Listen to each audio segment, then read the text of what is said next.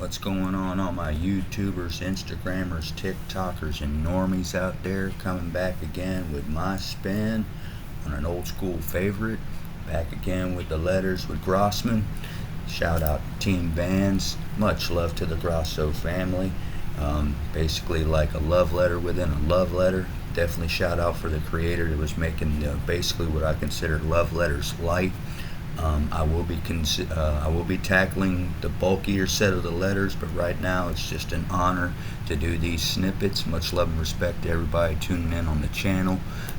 Today we're going to be dealing in the trends in skateboarding, and if you follow the love letters, the ones that I put out, I pretty much shout out all the trends so far.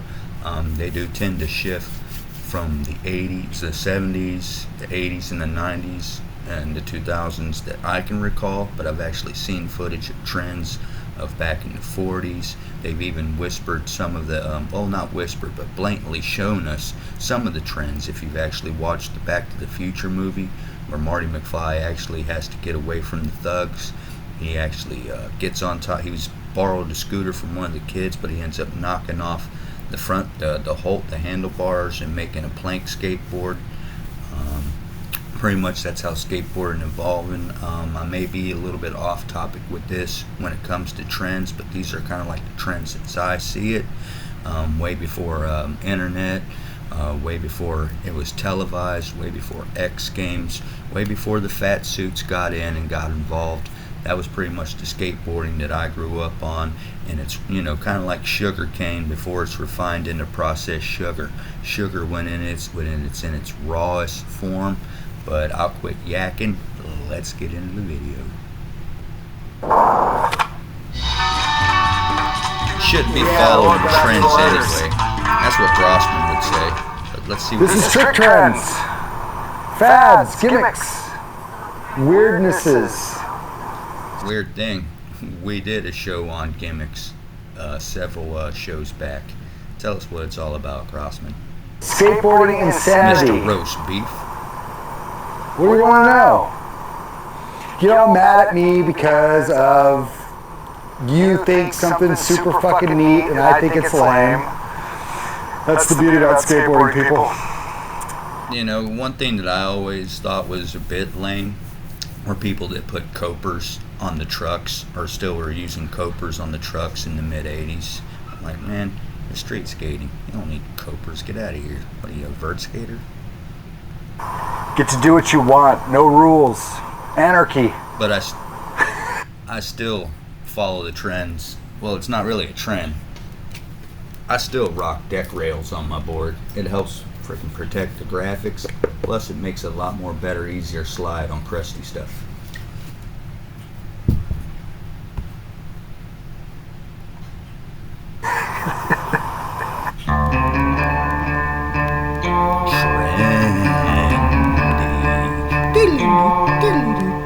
Trends, trending. Are you trending right now? Tricks go in cycles. They trend. They, you know, somebody will see somebody do something and they get all excited, and then another guy does it, and then what ends up? What? I remember the tiny wheels. Still don't like them. Happening is too many people jump on the fucking bandwagon. I don't want to skate. And then it becomes the norm. When Grholski did a crail slide, that was cool. Yeah. When it's so cool that they made a song about it called TG, Mick Rad. Everybody wanted to do the Grholski to tail, including the host here. A Grholski to tail? Yeah, that's a shout out to Tom Grholski, baby. Team Vision. Pick a guy, did it 15, 20 years later, 25 years later, you know, like, oh, crail sliding on this ditch, or like, not cool. Other times, it's cemented in stone, and it's beautiful, and it's timeless, and it stays that way to the end of the time. I'm sure if you talk to some of the 70s guys when they first saw like somebody like Gelfin show up and do the frontside ollie, they were laughing at the dude because the guy's trucks were so tight he couldn't carve. I'm probably guilty of the worst maneuver in all of skateboarding. The roast beef. The roast beef air. That's right. It's actually called the Grossman air. I'm the asshole responsible for every kid launching over that one. Yep. The roast beef. That's why I call him Mr. Roast Beef, because yeah, you got to tuck that knee to do the roast beef grab. orange pylon pissing you off at your local park. It's my fault. I couldn't do a sailfish. You know what a bad trend is right now? You know who had a sick ass sailfish? Gator. Vert dog land or bull rider land. God. The saran wrap has made a big comeback, right? Yes. I still rock the Sarani, even on curbs. You do the saran wrap. Yeah, man, that's some good shit. Buzz off. If you want to do a trick like that, just do a Sean Penn. Sean Penn. Good trend. Sean Penn. Gator was also awesome at those. Also known as the one-footed Madonna for you dorks out there. Well, the shifty was a good trend. Yes. All hail Cardi, y'all. The most horrible trend in skateboarding ever was putting your hands on flat ground and kicking your board up the wall. The defiance of riding your board high speed. Yeah, I do have to do. People that knacked on the board with their hand, you know. Street plants are cool, but granted, I think the only one that really made those kind of tricks where you put your hands on the wall and you did the board up against, you know, you put your hands on the ground and you put the board on the wall, I think Jeff Kendall did it best. And we all know Nodis and Gons didn't need hands to get up there on that wall, real talk. Speed straight at a wall and just bashing up it and then rolling, you know, just doing a wall ride was cool. Sheffy's like late shove. Was it Sheffy, right? The late shove it, front rally late shove it. Yeah. You got some shit that's Brad, and then you got some shit that's not. The Benihana. The Benihana. I'll give you like 600 tries. I'll be back next week.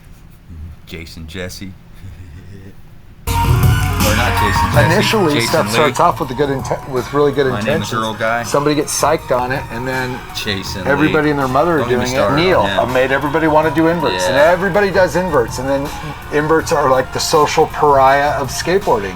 Street plants in general were just infancy street skating, trying to mimic vert skating skaters. and exactly doing it where you can do it. So. I the never ho-ho could plant, do which is probably the biggest. Yes, Schneer with the ho-ho plant. Check this out. I've been freaking saying Schneer on the last ones. Now y'all get to see some footage of him.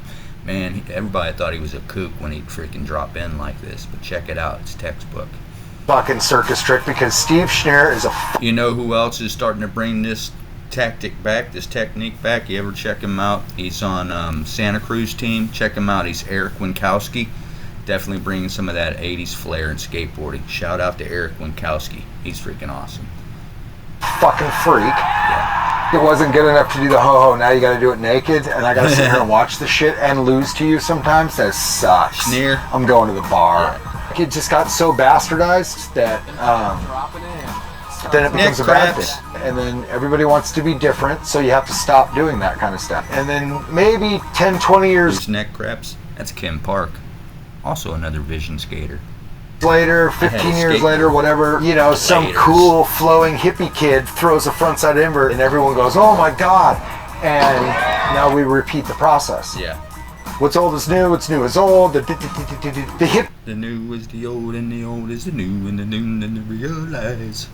jump started off as a joke. Yeah. And how fucking rad and impossibly hard are hippie jumps. Exactly, to the point where it's like, I think they even had like competitions in Honolulu. I seen them back at like footage in like the late 60s and 70s where they would have like competitions in Honolulu, and these cats I've seen it in Gonz's videos where I think it was like back in the late 60s, early 70s, man. It was real grainy, but you'd see these guys in like kimonos, no shoes, barefooting it, just like kicking their feet up, and it's just like the limbo bar. They would have competitions on how high he could hippie jump.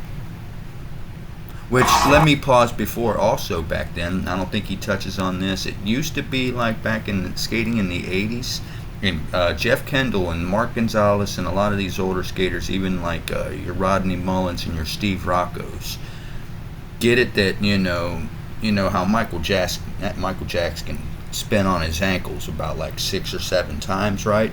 It used to be you weren't nobody unless you can get it around on your skateboard at least 3 or 4 times, like spinning around. Oh, that was when I was coming up as a kid, that was the trick. The power slide was a trick. Ollies, Well, it took Nick to freaking break the sound barrier. That's what I call it. He pretty much broke the gravity barrier when he did the ollie before a saw. And, you know, the ollie is never going to go away. You can't really call the ollie trendy. The ollie is necessary to learn, especially, you know, if you need to get up on something and if you're tired of freaking doing the boneless ones. I don't know, because I can't do them, but they look cool. They look sick. Now, if everybody's doing hippie jumps, they lose their cool factor, and then they get relegated off into circus land. Yeah, like Ricky Jackson. A bad trend would be somebody saying frontside indie. There's no such thing. The barrier, the Jersey barrier. That was a good one. Right? That was a big trend for a hot minute there. It's shout out to Team Baku, still doing the Jersey barriers. The Bakus. It seems to have died off a little bit, but you know, when the Jersey barrier showed up, it was like, what can you do on the Jersey barrier? I still can't skate a Jersey barrier unless it's mudded at the bottom. Gator invented the backside stalefish. Yes, sir. He did them for a couple contests or whatever, and then he stopped. And it should have never been done again. And breathe, 1, 2. There's tricks, and then there's things that are like, wow, that was cool and different. And then there's like, fuck you. I know what you're doing. That's bullshit. Progression, pushing it, making it your own. Yeah, like the hopping over a Cavallari. little parking block as opposed to launching up one of those Lockwood benches and nose wheeling across. Like that's 43s. That's a perfect example of showing the progression of it and how fucking insane it's gotten. Like Tony did the airwalk. Yeah. Okay. Nobody wanted to do airwalks until people saw Monty Nolder do his airwalk, which is basically a Christ air. And then Christian mimicked Monty Nolder's airwalk Christ air. and put his little name on it because it made the crucifix. Skateboarding, the But Christ Monty's air. the one that flew out 7 feet out and went, I can't hear. Then the street skaters got a hold of it, and you got Nodis and those guys, you know, now, scissor kicking their way to glory and a 6-figure paycheck. Yep. We all love skating. Nice. I love it.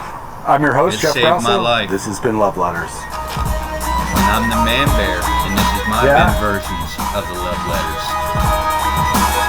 Keep them coming. Thanks as always. Give a like. Well, Lucy did the finger flip invert. It was really cool, man.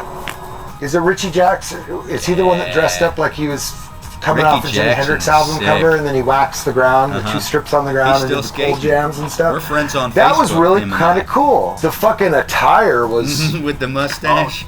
You might want to go back and talk to Olsen, because bitch invented that, and you know, the alley 50-50. Yes. That's Steve Olsen, but everybody gives Schroeder the credit. Of course, I showed it Stacy Peralta, 78, Lakewood half pipe. Next thing you know, trick tips, Daryl Miller. Nice. Alley-oop 50-50, rock and walk. Rock and walk. Liv Olsen. As always, same pig time, same pig channel. I'll check y'all later on the letters.